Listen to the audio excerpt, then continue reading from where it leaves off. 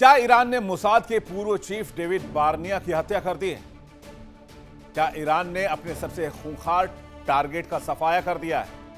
आज की सबसे बड़ी खबर यह आ रही है कि ईरान से तनाव के बीच मोसाद के पूर्व चीफ की संदिग्ध परिस्थितियों में मौत हो गई और यह दावा ईरान की ओर से ईरानी सोशल मीडिया पर किया जा रहा है। दावा है कि मोसाद के पूर्व चीफ अपने घर में ही संदिग्ध परिस्थितियों में मृत अवस्था में पाए गए।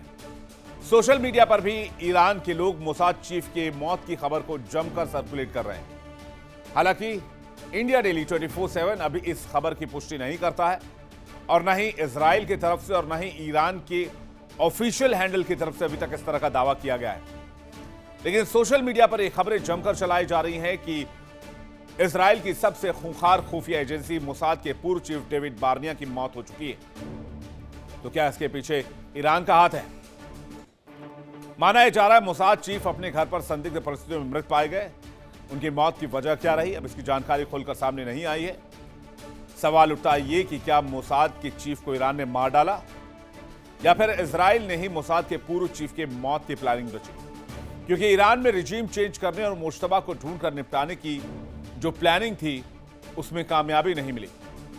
लेकिन ईरान में कुछ लोग इस बात की चर्चा कर रहे हैं, इस बात का जिक्र कर रहे हैं कि मोसाद के पूर्व चीफ का सफाया कर दिया गया है और इस बीच कई सवाल जन्म ले रहे हैं जिनके जवाब आने अभी बाकी हैं। हालांकि इजराइल इस मामले पर खुलकर कुछ भी नहीं कह रहा और ना ही अपने पूर्व चीफ मोसाद के पूर्व चीफ के बारे में कुछ बता रहा है और ना ही ईरान की तरफ से ऐसा कोई दावा किया जा रहा है। जिस मोसाद चीफ के मारे जाने की खबर आ रही है वो भी हाल ही में जून 2026 में अपने पद से रिटायर हुए थे। ईरान समर्थित मीडिया ने मोसाद के तत्कालीन चीफ डेविड बार्निया की मौत का दावा किया है और बार्निया की जगह अब रोमन गोफमैन नए चीफ बनाए गए। पहले डेविड बार्निया के बारे में जान लीजिए। डेविड डाडी बार्निया, जन्म 29 मार्च 1965, अश्केलॉन, इजराइल। मोसाद चीफ 2021 से जून 2026 तक पहले मोसाद के डिप्टी चीफ रहे और ऑपरेशंस डायरेक्टरेट के चीफ रहे। इजराइल की बेहद प्रतिष्ठित कमांडो यूनिट में भी सेवा दी। ईरान के हिटलिस्ट पर क्यों थे? बार्निया के कार्यकाल में ईरान मोसाद की सबसे बड़ी प्राथमिकताओं में रहा। ईरान के परमाणु कार्यक्रम और मिसाइल क्षमता के खिलाफ बार्निया बहुत आक्रामक थे। खुफिया अभियानों को लेकर हमेशा वो ईरान के विरोध में खड़े रहे और 2020 में ईरानी परमाणु वैज्ञानिक मोहसिन फखरीजादे की हत्या का मामला भी उन्होंने ही करवाया। ईरान के खिलाफ ऑपरेशन की योजना और निगरानी में भी अहम भूमिका बताई जाती है और जो हमला हुआ इजराइल और अमेरिका का, उसमें भी बार्निया की भूमिका बहुत इंपॉर्टेंट थी। जिस डेविड बार्निया के बारे में हम आपको बता रहे हैं, उनके कुछ बड़े ऑपरेशंस क्या कुछ रहे हैं, क्यों वो ईरान के निशाने पर आए, उनके कार्यकाल में हमास, हिजबुल्ला, ईरान सब पर अटैक कैसे हुआ और क्या बार्निया ही जंग के मुख्य किरदार थे। अब तक बार्निया के बारे में लोग बहुत कम जानते हैं। माना यह जाता है कि डेविड बार्निया को ईरान अपना सबसे बड़ा दुश्मन मानता था।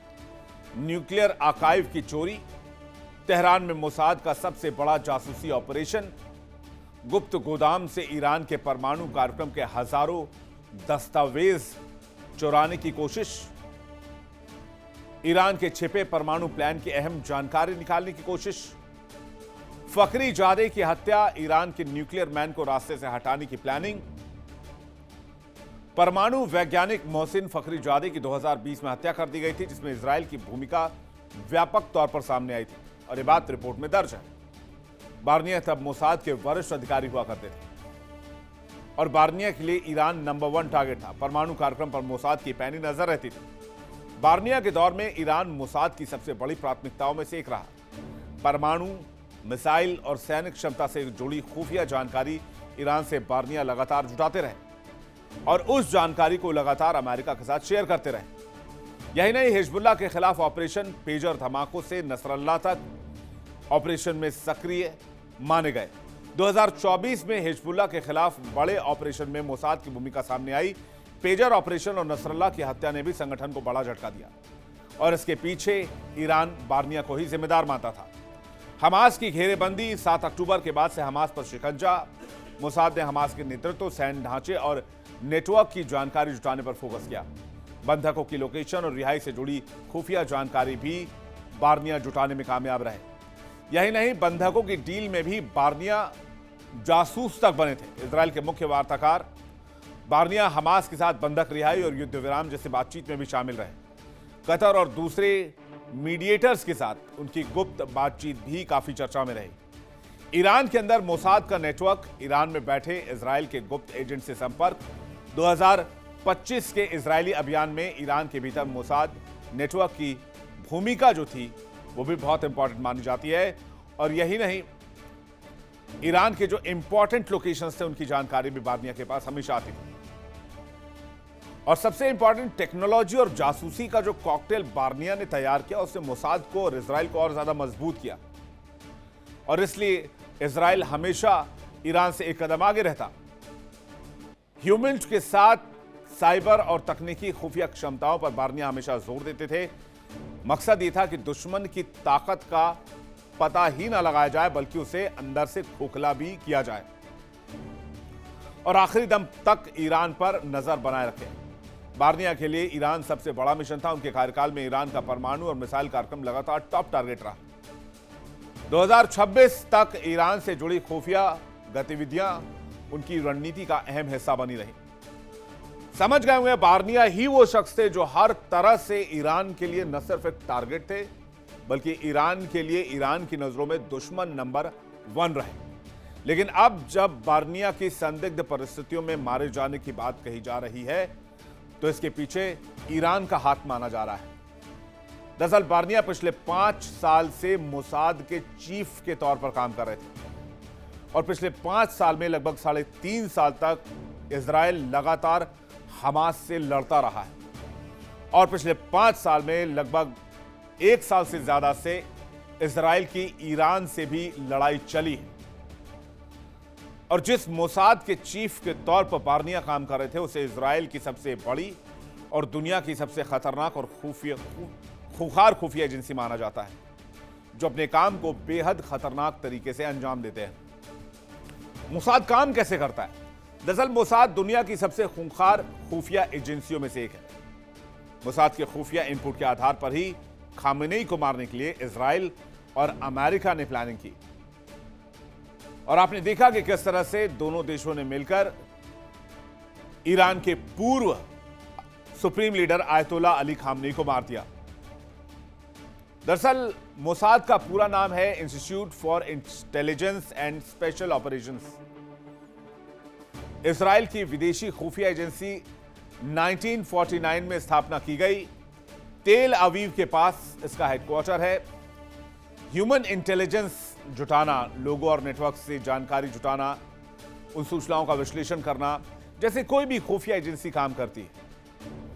टारगेट यह रहता है कि दुश्मन देशों की टॉप टू बॉटम हर एक जानकारी मौजूद हो इजराइल के सिस्टम में और ये डायरेक्ट रिपोर्ट करते हैं इजरायली पीएम को। अक्सर ये माना जाता है कि मोसाद सीआईए के साथ मिलकर ऑपरेशंस को अंजाम देता है, लेकिन कई बार मोसाद ने अकेले ही बड़े ऑपरेशंस को लीड किया है। इजरायली खुफिया एजेंसी मोसाद के एजेंट्स दुनिया भर में फैले हुए हैं और इजराइल के हर थ्रेट को वक्त से पहले निपटाने में महारत हासिल रखते हैं। लेकिन इस बार डेविड बार्निया ही निशाना बन गए, ऐसा माना जा रहा है।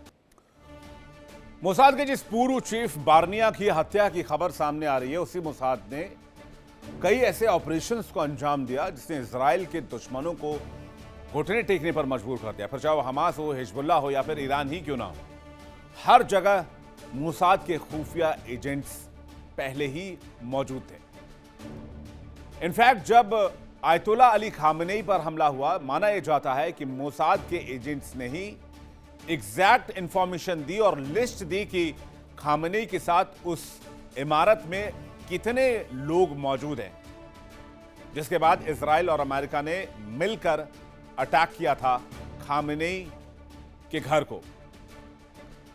और ऐसे ही कई ऐसे ऑपरेशंस रहे हैं जिसमें मोसाद की कहानी सामने आती है।